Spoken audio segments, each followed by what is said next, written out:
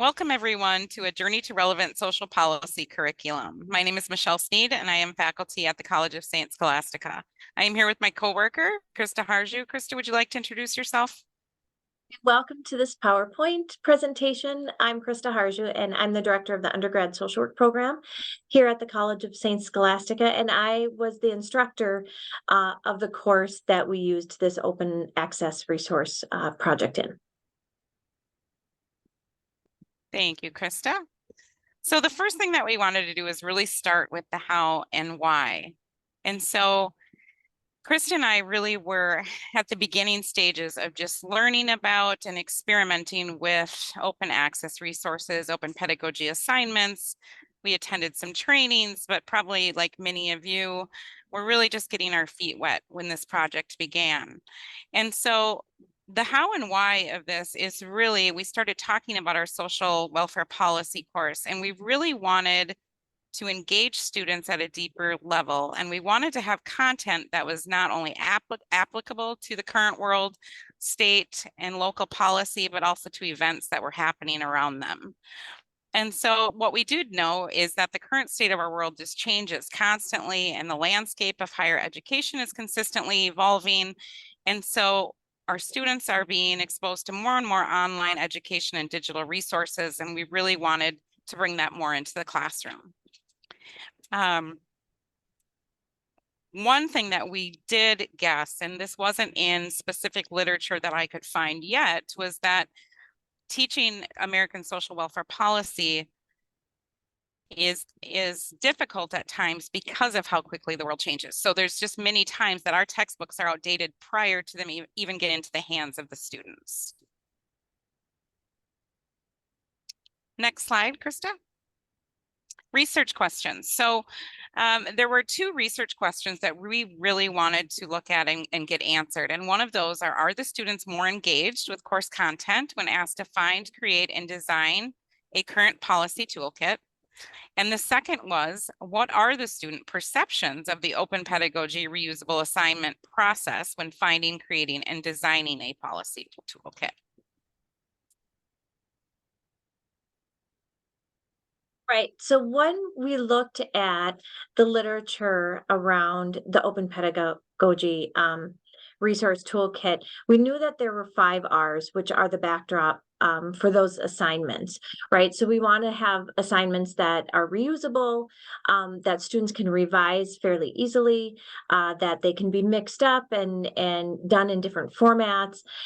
They could be redistributed and shared, and they can be retained, right? So looking at completing an open pedagogy assignment, what research shows is that it does allow for students to be more engaged and intent on the scholarly content, because not only do they need to include this content in that assignment for other folks to see, but they need to make sure it's credible and reliable. And so sometimes there is a bit of discomfort, what we saw in research with students in an open pedagogy assignment, but it's outweighed by creating some accountability with students. There's a lot of opportunity for collaboration and creativity. And it also can be done through scaffolding, which we did do. And so it's kind of taking that zone of proximal development, right, in the context of community and supportive learning. And then students can really build on different pieces that even other students have done. So the study design and methodology, we did use a qualitative action research study. And so the end result was a website deliverable that can be used hopefully in future years and will remain relevant. Our hope was at the beginning is that students in preceding cohorts would actually go back. They can look at this website, they can revise it, they can reuse it, they can make sure everything is current, they can create their own, and it becomes just an ongoing cycle. We also used a thematic analysis procedure process for analyzing the qualitative process. So the use of a focus group, we used a final reflective paper, we used a reflective journal from Krista and I of notes that we took throughout the process. And data collected and analyzed included just those things. So a researcher field journal note, transcription from the focus groups, final reflection papers from the students for those who agreed to participate in the research. A non-probability purposeful sample was utilized. So it was all students in our independent projects course. We invited all of them to participate. Students were asked to create a collaborative Google site toolkit using research on their area of interest as a generalist social worker. So this started in the spring of 2022, and it went the entire 2023. I'm sorry, Krista, right? It was 2023. Correct. That date's wrong. So it was all spring semester of 2023. And basically all students, as I said, were invited to participate. They were offered an informed consent to sign. They were offered an authorship and privacy form to sign. And it was really up to them. It had no impact at all on their grading, and was really just an invite to participate in the study and let their work be shown. Sure. So the open pedagogy assignment, like Shelley had said, it was a requirement for all students as part of the course, but it was invitational whether or not they wanted it to be part of the research and things like that. So students, again, were asked to create that collaborative Google site, and we called it a toolkit, looking at their area of interest, having them kind of reflect back on their policy paper that they wrote, their policy analysis, their work as a generalist social worker, kind of almost a capstone paper or capstone project, including their field and all of those kinds of things. And again, it was over the course of spring semester 2023. And I'm going to go ahead and open up the assignment and make this a little bit bigger so folks can see it. Right, so we were looking at competency number 5, and 4 and 5, now that I see that. So students were asked to select an area of interest, and these were all scaffolded pieces. Prior to this assignment, we asked for some journaling and some reflective papers and some discussion posts. And students met with me as their instructor, both as small groups and individually, to really kind of pinpoint, like you do in any kind of research and paper writing, kind of pinpoint their area of interest and their topic. And then they looked at creating the toolkit, a page within the Google site. And included in that page was a literature review. And then there was a historical timeline that they did more as an infographic. And so we used examples that they've done in the past for that historical timeline, which really gave them a framework for pinpointing their topic. Then we looked at current and relevant policy and advocacy efforts. So we were looking at what was happening in, March of 2023 at that moment, if their topic was the Indian Child Welfare Act. And so they were asked to pull in those current and relevant efforts happening.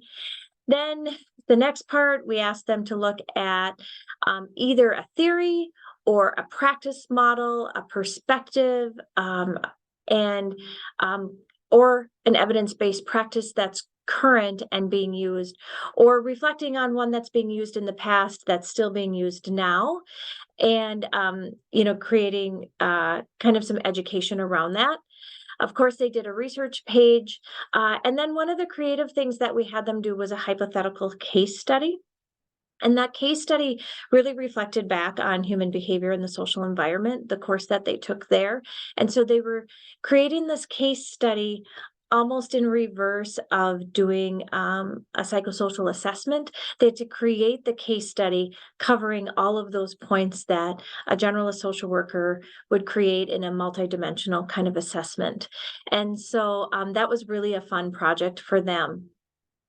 And then we asked for some reflection from an ADEI lens, right? And looking at some specific frameworks that students have been exposed to throughout their journey here at CSS, and looking to see that, the topic with maybe a different lens than they were looking at it through, or what they found in research, or what they're seeing currently in the environment, right? And then at the end, they created a reflection paper.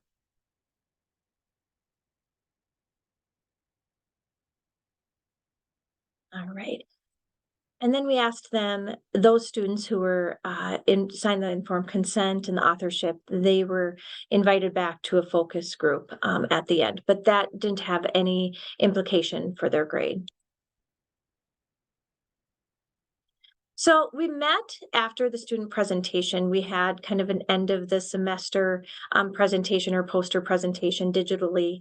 And it was, it's one of those beautiful times when you see all the work of your students put together, and family and friends and other educators and other faculty were able to come and hear kind of their elevator presentation about their OER page. And so after that, we did this focus group, and these are the questions that we asked were: how did you feel about the process or the ease of finding relevant open education resources for this assignment? How did you find those resources? What was your experience? And how much time did you spend locating those resources? And what we found out was really interesting, and it almost paralleled what Shelley and I experienced as well, as being new to the OER kind of realm, that students needed a clear definition at the beginning of what OER was, and understanding OER, because in our own reflection, we realized that we focused on students learning scholarly journals and using the library and their textbooks and finding absolute credible and reliable sources, but that didn't include OER. And so students were a little bit nervous to use open access resources. Using the Google search or just an internet search was the first choice of OER resources, versus I had provided them with a list of different places that they could go to, but students still fell back on just searching Google. And it was hard to find information. One of the coaching things that I did was directing folks to open sites that might have resources based on their topic. So that was definitely a learning process. And students all said that the literature review was the hardest part of this project.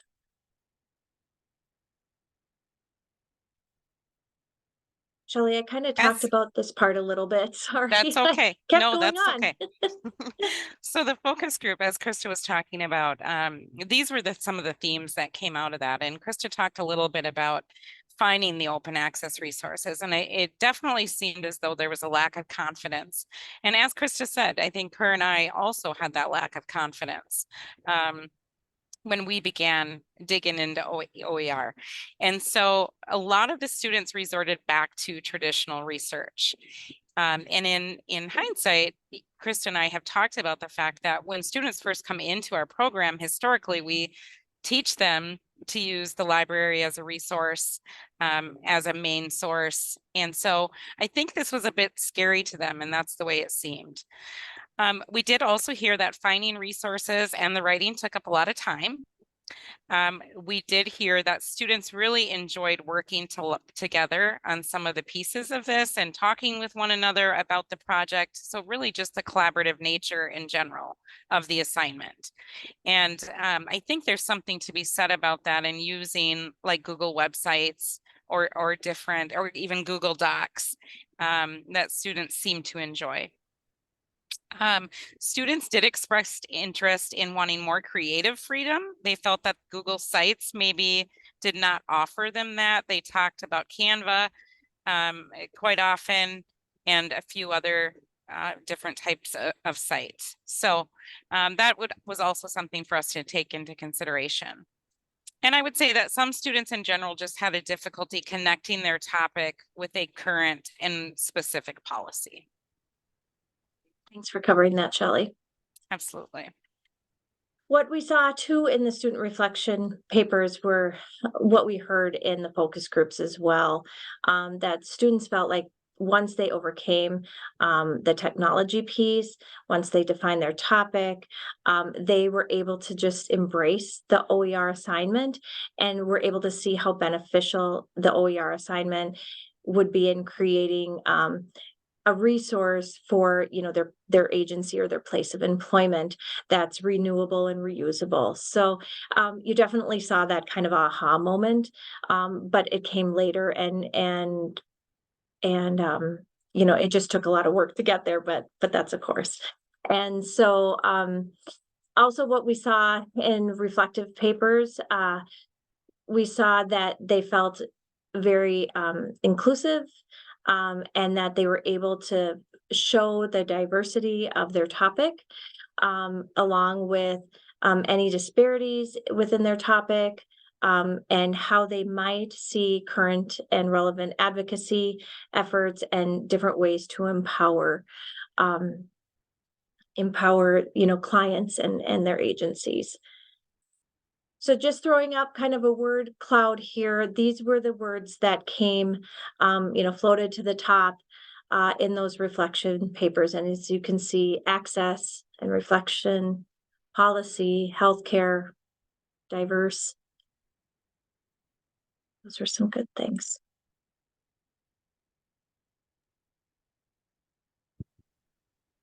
So Krista and I have many thoughts coming out of this project, of course, but a few of them that have come to mind is that, again, student engagement gets tough in American social welfare policy anyway on that topic specifically. But what we also realize is that it's really hard to engage students sometimes in their last semester of their senior year. And we do wonder, we don't know for sure, but we do wonder if that played into having lower numbers want to take part in this project. Also was technology issues came up quite often.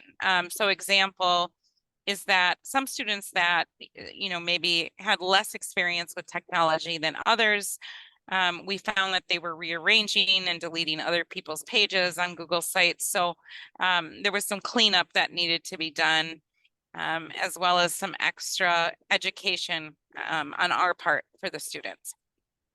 As faculty, I do wish that I would have had more expertise in Google Sites going into this type of project. So I could have really been better equipped to help the students with their preliminary understanding and education in this piece. I think as time went on, Krista and I were able to figure it out and gain a pretty good solid foundation of using Google Sites, but it would have been, you know, great to have that sooner than later.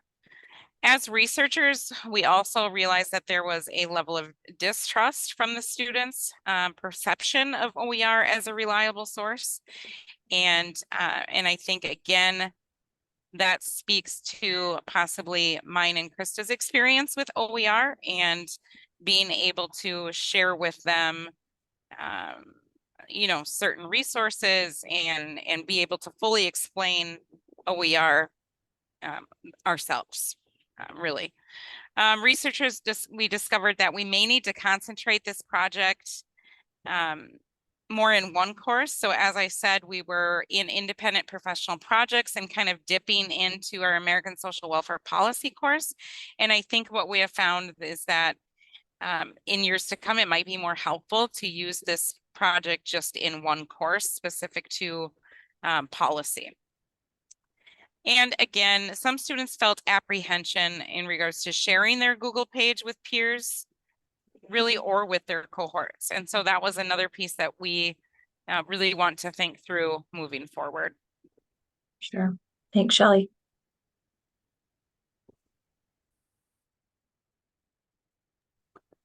So there's lots of things that I think we still need to know. And one of the things is due to the small participant size, you know, our hope going in was all 12 students would engage in this project and complete the informed consent and the authorship.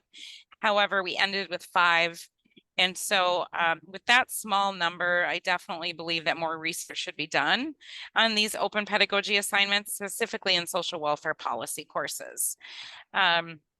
We also wondered if, again, completing this task in a junior year versus a senior year would impact the engagement.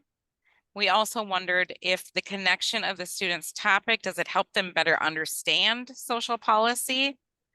And I don't know that that necessarily came out in the reflective papers or in the focus group. We are interested to know how we can assist students in becoming more confident in their ability to find OERs that are credible. And also, we would like to know why students chose not to have those assignments published. What were the fears there? What are their biggest concerns of sharing that? Great. So This taking is a the look fun at part. Oh, go ahead, Krista. Oh, yeah, this is the fun part. This is the Google site. Again, I think after we had our presentations with our students, I think some of them might have thought twice about, because they did such beautiful work. So this is not showcasing all of the students' work that they did, because it was pretty remarkable once we gave them the freedom to be really creative for this assignment. So it's really a basic Google site, looking at the different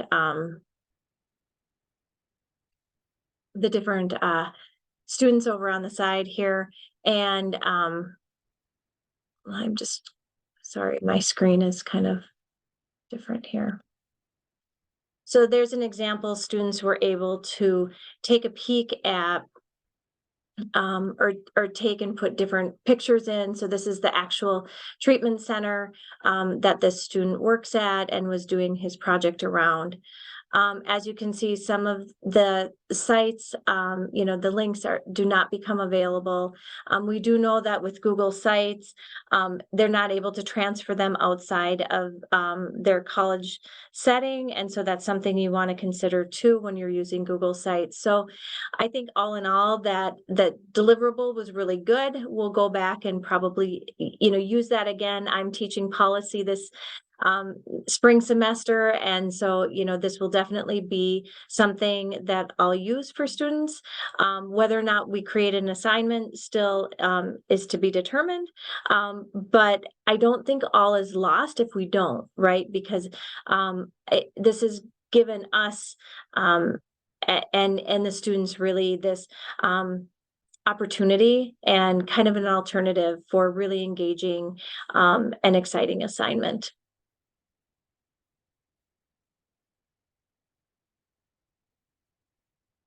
All right, in conclusion, both Shelley and I can say all of us learned.